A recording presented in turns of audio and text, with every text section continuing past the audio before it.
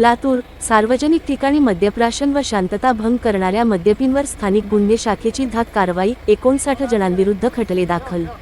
लातूर शहरात सार्वजनिक ठिकाणी मद्यप्राशन करून धांगडधिंगा करणे, आरडाओरडा करून नागरिकांच्या शांततेस बाधा आणणे तसेच रस्त्याच्या कडेला, मैदानात किंवा अंधाराचा आसरा घेऊन उघड्यावर मद्यपान करण्याच्या घटना वाढत असल्याचे निदर्शनास येत होते।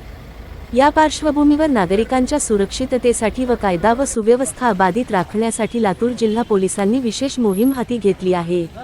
पोलीस अधीक्षक अमोल तांबे यांनी सार्वजनिक ठिकाणी उघड्यावर बसून मद्यपान करणारे तसेच मद्यप्राशन करून धांगडधिंगा करणाऱ्यांविरुद्ध कठोर कारवाई करण्याचे निर्देश दिले होते। त्यानुसार स्थानिक गुन्हे शाखेचे पोलीस निरीक्षक सुधाकर बावकर यांनी विशेष पथके तयार करून शहरातील विविध ठिकाणी धाक कारवाया सुरू केल्या।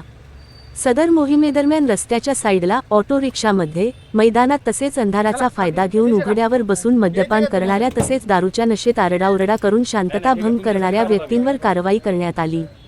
अशा प्रकारे एकाच दिवसात तब्बल 31 मद्यपींना ताब्यात घेऊन विविध पोलीस ठाण्यांमध्ये त्यांच्या विरोधात प्रतिबंधात्मक कारवाई करण्यात आली आहे।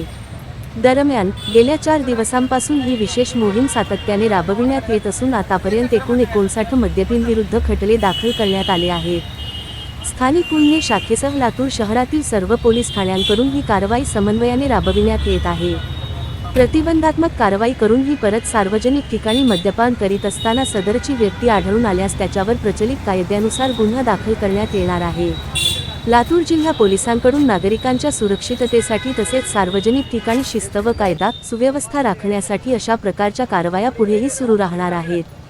शिवाय सार्वजनिक ठिकाणी मद्यपान करून किरकोळ कारणावरून भांडण तक्रारी करून त्यावरून गंभीर गुन्हा घडल्याचे मागील काही घटनांवरून स्पष्ट झाले होते। त्यामुळे सदरची मोहीम ही अधिक तीव्रतेने व प्रभावीपणे राबविण्यात येत आहे। सार्वजनिक ठिकाणी मद्यपान करणे, गोंधळ घालणे किंवा शांतता भंग करणाऱ्या व्यक्तींवर कठोर कायदेशीर कारवाई करण्यात येईल, असा इशारा पोलीस प्रशासनाने दिला आहे।